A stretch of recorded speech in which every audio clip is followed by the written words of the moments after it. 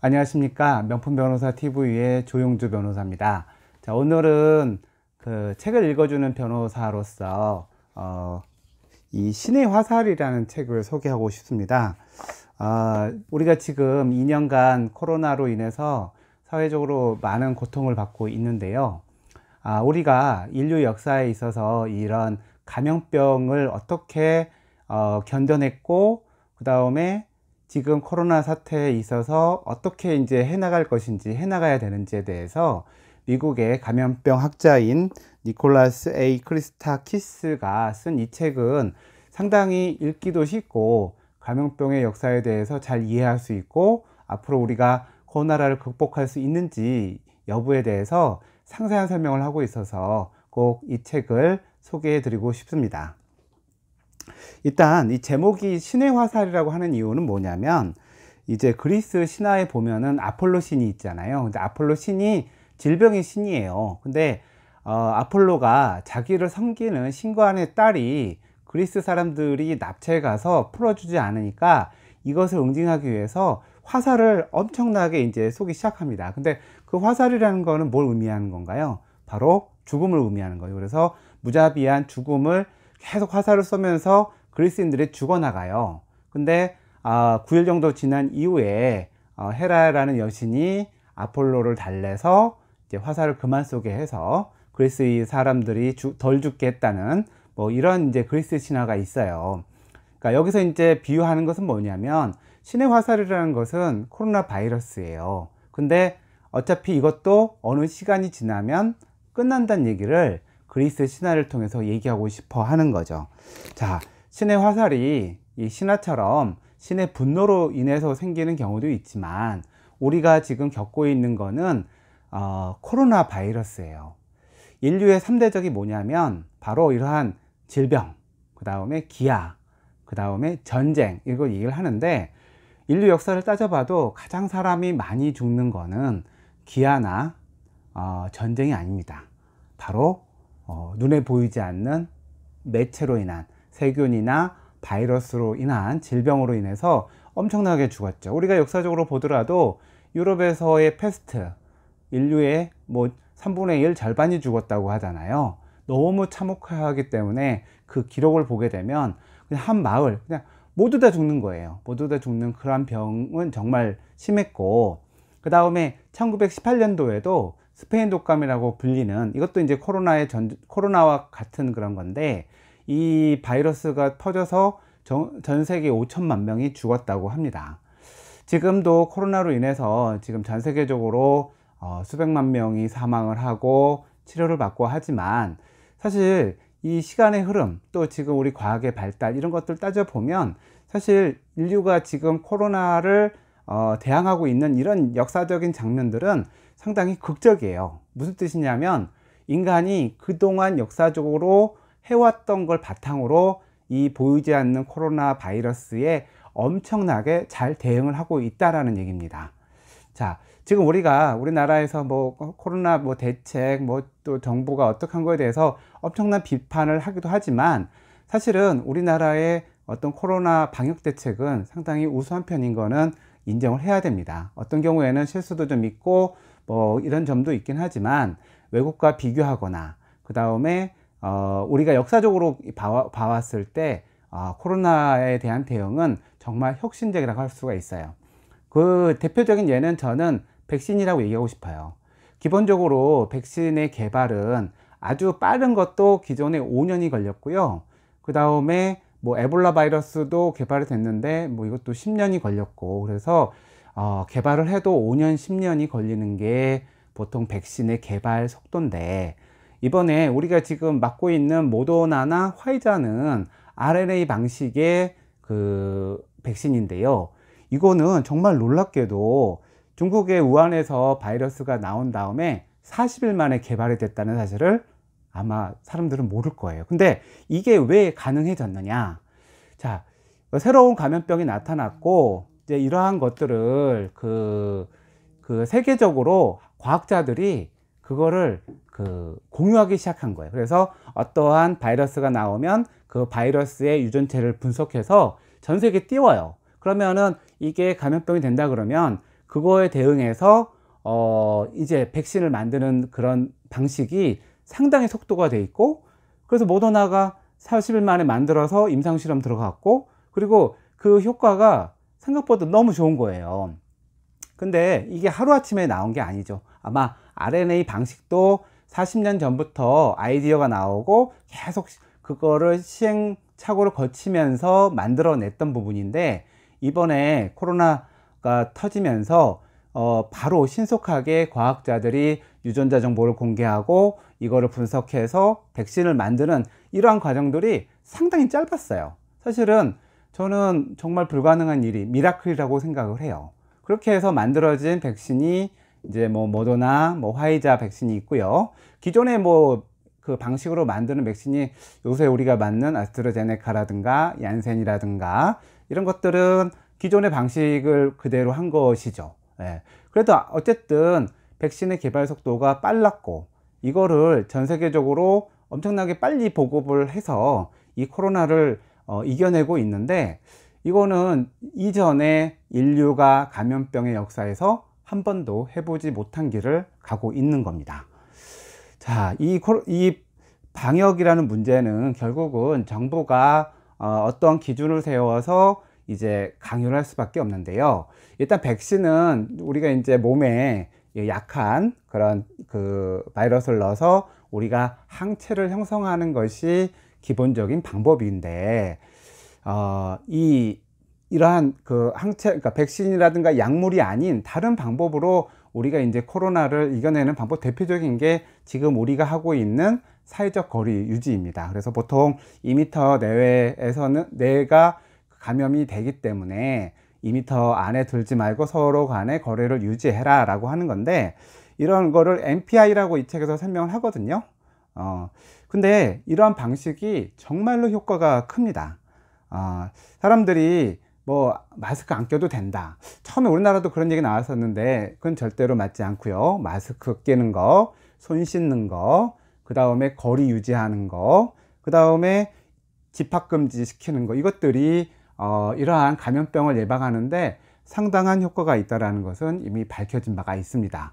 그래서 사실은 정부가 국민들에게 강요하고 의무로 지우는 데 있잖아요. 근데 이거는 반드시 따라야 되는 거예요. 왜냐하면 결국 한 사람이 걸리면 여러 사람한테 이렇게 그 전파하는 것이 너무 빠르기 때문에, 뭐 개인의 자유 이런 것들을 주장할 수도 있지만 다른 사람의 생명이나 이런 것까지 침해하는 자유는 사실은 인정할 수가 없는 것이거든요. 그래서 이러한 지금 우리가 이제 2년 동안 코로나를 하면서 겪고 있는 이러한 그 사회적 거리 유지가 이러한 코로나를 막는데 상당한 중요한 역할을 한다.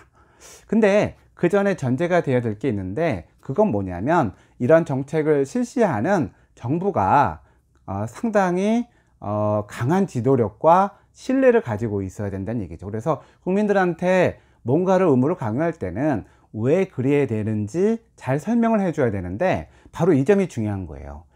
감염병을 대비하는 가장 중요한 거는 정치가 앞서서는 안 되고 과학이 앞서야 된다는 거죠.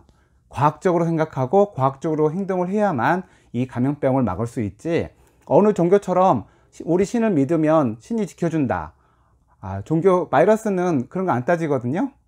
그리고 바이러스는 사람도 안 따지고 계급도 안 따지고 다 따지지 않아요.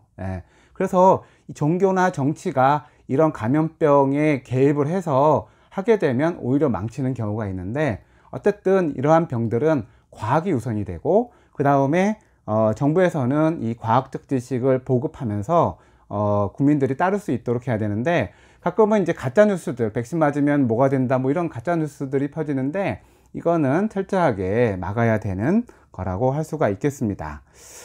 그래서 근데 이제 이 그 코로나의 특징이 뭐냐면, 다른 옛날에 그 뭐 다른 사스라든가 그런 코로나류에서의 차이점은, 그때는 어린아이나 늙은 사람이나 모두 피해자가 됐는데, 지금 코로나는 어린아이들은 피해자가 아니라는 특성이 있어요. 그래서 고령자들, 기저질환자들한테만 피해가 가고 어린아이들한테는 피해가 안 가는 차이가 있어서 다른 코로나와 좀 차이가 있는 것 같습니다.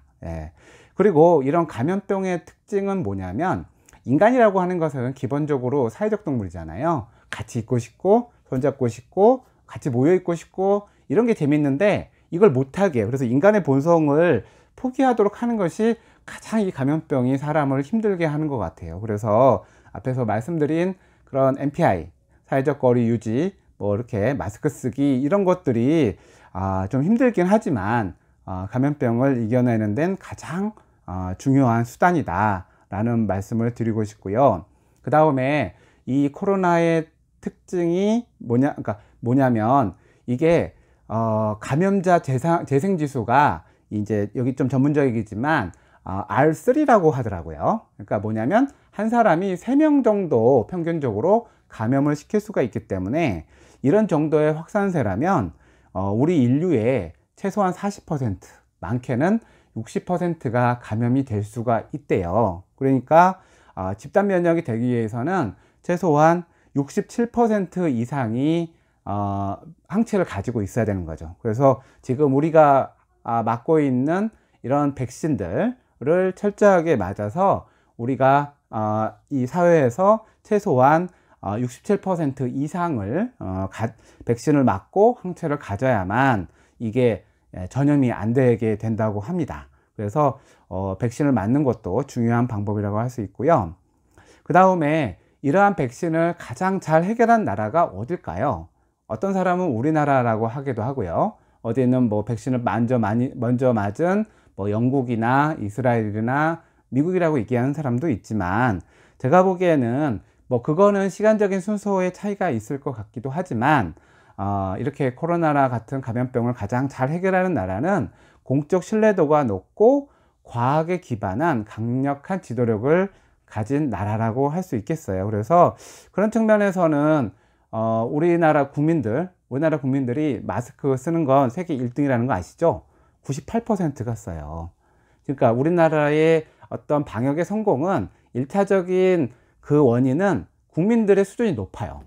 왜냐하면 마스크를 정말 잘 쓰거든요. 딴 나라에서는 막 마스크 안 쓰겠다고 데모하고 막 이런 사람들이 있는데, 우리나라는 마스크 잘 쓰고 있고, 그 다음에 백신도 잘 맞고 사회적 거리 유지도 되게 잘 지키고 있는 편이에요. 일부 일탈자들이 있긴 하지만 외국에서 보이는 그런 사람들의 수에 비하면 사실은 거의 없다고도 볼 수 있을 정도로 우리는 그렇게 잘 해내가고 있습니다. 그런데 이거를 극복해 나가는데 가장 중요한 역할을 한 사람들이 누굽니까? 바로 의료진들이잖아요. 그래서 이 의료진들에 대해서는 우리 국민들이 지속적으로 고맙다고 해야 돼요. 고마워요, 의료진. 그래서 저는 코로나가 어느 정도 그러니까 지금 코로나가 없어질 수는 없습니다. 위드 코로나라고 말을 하는데, 이렇게 한번 생긴 코로나 바이러스는 절대로 없어지지 않아요. 우리는 그것과 더불어 살아야 되는데, 우리는 잘 통제하고 그 다음에 치료제를 개발해서 들어오더라도 우리가 치료하면 되거든요. 이미 인간들에게 이전처럼 지금 코로나처럼 위협적으로 와서 많은 사람을 죽였던 코로나 바이러스들이 4종류는 이제 힘이 떨어져서 그냥 감기 같은 애들 돼버렸어요. 그리고 100년 전에도 이 코로나 비슷한 게 와가지고 몇십만 명이 유럽에서 죽은 적이 있었는데, 이거 지금은 감기 바이러스에 불과해요. 그거는 걔네들의 독성이 약해진 것도 있지만 인간의 면역이 그거에 적응할 수 있어서 그냥 감기가 돼버린 거예요. 그래서 지금의 코로나 바이러스도 결국은 그런 애들처럼 된다는 거예요. 그래서 이 책의 최종적인 얘기하고 싶은 점은 뭐냐면, 인간이 이러한 특히나 호흡기 감염병의 역사에 있어서 여러 가지를 많이 겪었지만 결국은 다 극복해냈다. 그리고 극복해낼 수 있다. 그러면 극복해낸 이후에는 어떻게 할 것이냐, 뭐 이런 문제를 얘기하거든요. 그래서 이분은 조심스럽게 한 2022년 정도에 이 코로나를 코로나가 없어지는 건 아니에요. 사람들이 백신을 다 맞고 치료제도 나오면 결국은 인간에게는 감기에 걸리는 바이러스 정도로 전락하는 그게 가능할 거다라고 얘기를 하고 있고, 저도 이제 우리 사회도 이게 계속 이 코로나 때문에 어떤 제한들이 많은데 이것도 극복할 수 있다고 생각을 해요. 그래서 저는 내년쯤에는 우리가 최소한 실외에서는 마스크를 벗고 일상적인 생활로 돌아갈 수 있지 않을까라는 생각을 하고 있는데요. 이러한 코로나가 우리 인간 사회, 우리 국가에 주는 메시지들이 되게 많은 것 같아요. 그래서 어차피 지금 세상이 세계화되고 항공기가 신속하게 다니고 그다음 집단적으로 이주하고 대도시는 모여 살고 또 인간 자체가 그런 걸 좋아하기 때문에 감염병이 없어질 수가 없어요. 통계적으로 1940년부터 2004년까지 새로 나온 감염병이 335종이래요. 대략 40년 동안에 335종이면은 그 1년에 못해도 몇 종이 나온다는 거예요? 한 8종이 나온다는 거예요. 그러니까 많은 감염병들이 계속 나오고 있어요. 근데 이거에 맞춰서 나오면 우리 과학자들이 유전자를 분석해서 백신을 빨리 만들 수 있는 단계까지 인간이 진화를 했어요. 예. 그리고 이거는 가장 중요한 거는 전 세계에 있는 과학자들이 서로 정보를 교류하고 그 다음에 그걸 격려하고 그래서 뭔가를 만들어내는 이러한 시스템이 됐기 때문에 가능한 거죠. 그래서 이번 코로나로 인해서 인간들은 또 다른 새로운 경험을 한 거예요.